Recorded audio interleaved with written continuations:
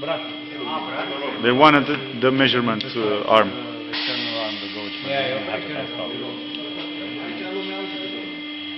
It's really simple.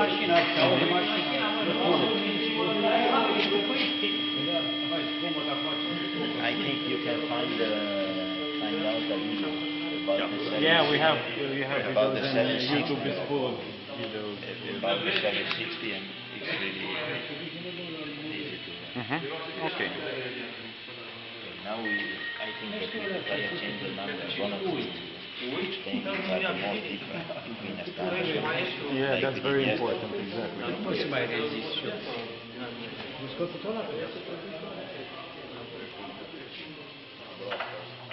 Ok, asta este o mașină automată de jantat și de jantat cu envelope.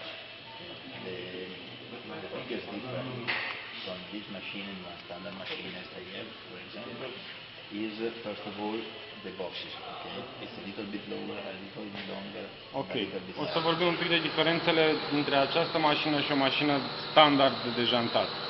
Primul aspect este cutia este un pic mai lungă și mai joasă, ceea ce ne facilitează utilizarea ei, ca să spunem așa.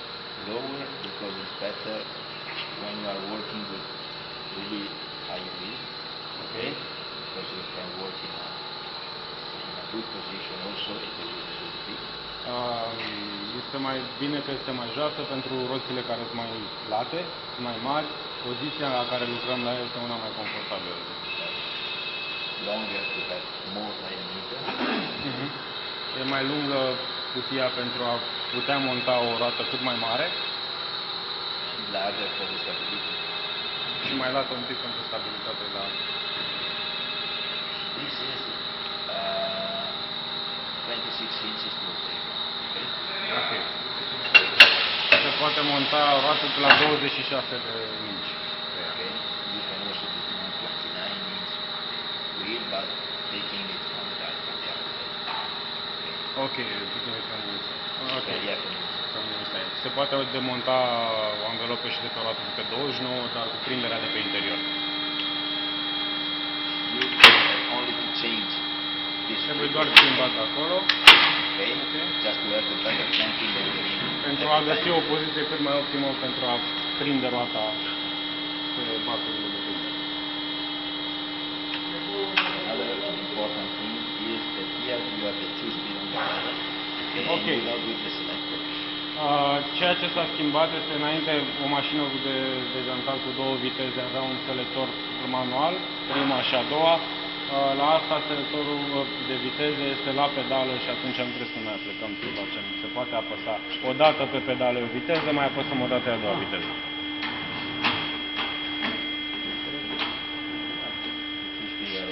Este mai ușor de utilizat în felul ăsta. Pentru roți care nu încap, avem și opțiunea de a ridica tot stâlpul și atunci putem face și roți cu adevărat late. You have the opportunity to work in big ways, okay, but also with low, without having all the sliding that outside. Okay. Cu acest sistem putem Work every time with less pressure. janta și dejanta atât roți micuțe, fără a trage de acel braț foarte mult, dar și roți foarte mari. Mașina este făcută pentru roți mari și pentru rapiditate.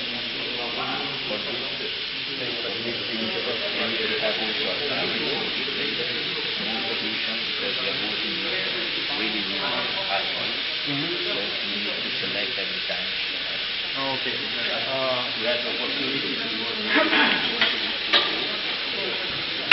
Și acela se poate face după dimensiuni, tocmai pentru roțile late, putem ajută la scoaterea legumii sau de presionizare. Când lucrăm cu o roată standard, putem să lăsăm așa. Avem o poziție de care, ca să fie mai rapid, să nu se apropie de la distanță.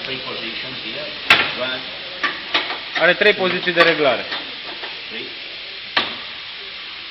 Și pentru roți foarte, foarte late. La Porsche, la X6. La Panamera. Corvette și alea mașini ciudate. La camioane merg? Se poate monta, dar n-are forță pentru o roată de camion. Nu e pentru camion. Nu e pentru camioane. Dimensiunea e cam pe acolo, dar nu Dar, de e. exemplu, 17 jumate? Ah, 17 jumate de acolo. Da. Poate, nu? Ăsta la dube. Da. Brațul e acționat pe spate ca orice mașină automată. Structura este mult mai rezistentă, bolțul este mult mai mare. The same thing that we use on the tractor you're saying. Ok. Are același bolț ca la mașina de janta camioane. De camion. Ca să aibă forță. Și să nu se uzeze. Au făcut-o mai robustă pentru asta. The inflation pedal is on the front of the machine. The first half Ok. of the EQ system. Ok, go. Prima poziție a pedalei este pentru furtun, iar a doua poziție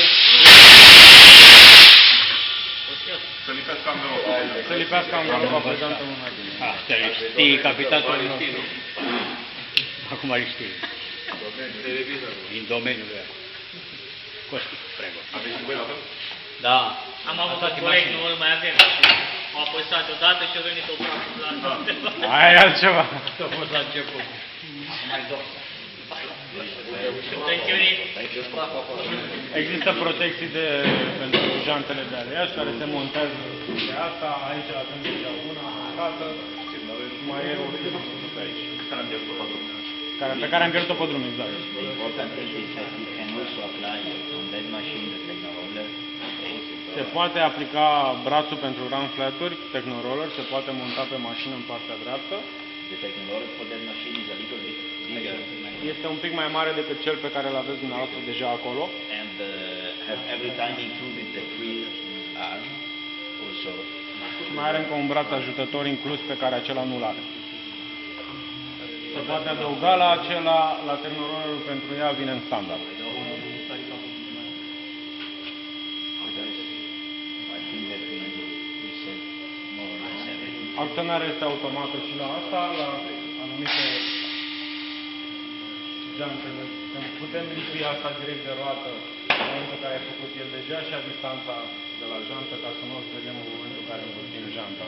Nici o jantă nu e perfectă, știți foarte bine, mai bine ca mine treaba asta și putem să o zbiriem foarte ușor dacă lipim direct pe ea. În momentul în care acționezi, mașina așa o distanță de 2 mm și într-o parte și în cealaltă de la jantă și putem lucra. Ce mai e interesant și acest braț, ALS se numește. Da, mai există o opțiune la ea. Dacă vreți să vedeți ce v-am arătat în video.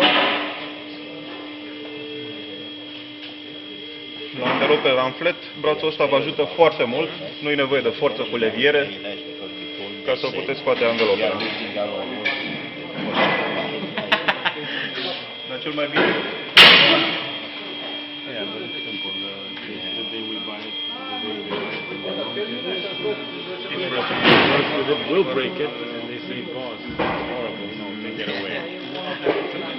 And everybody's happy. They sold it, they broke it, and they still work it.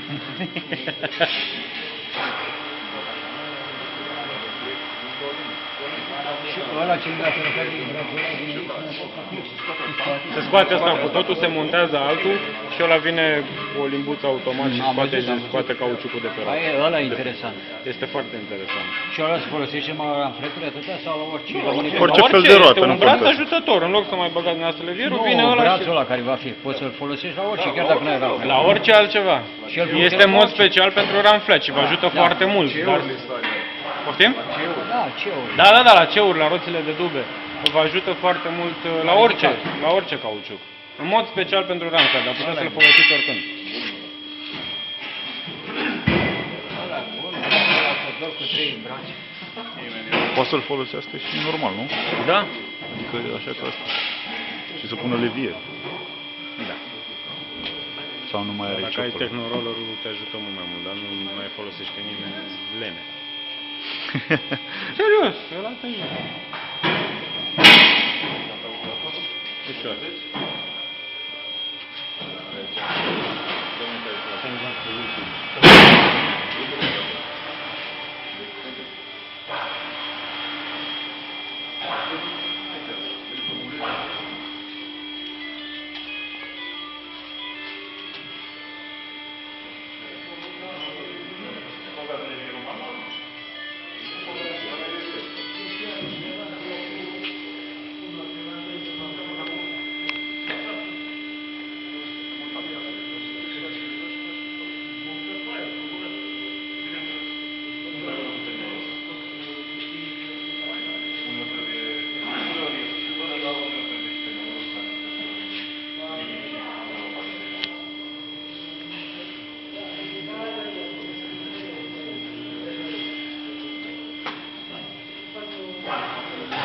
Se schimbă cu totul.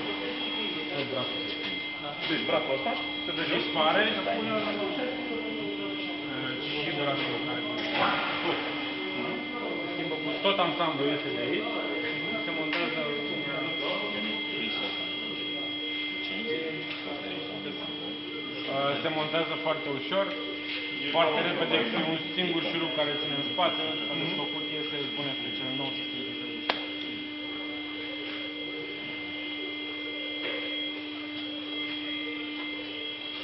Alte întrebări?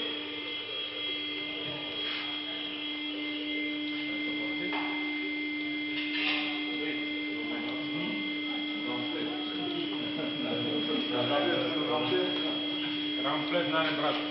Dacă vrei să schimbi cu levierul,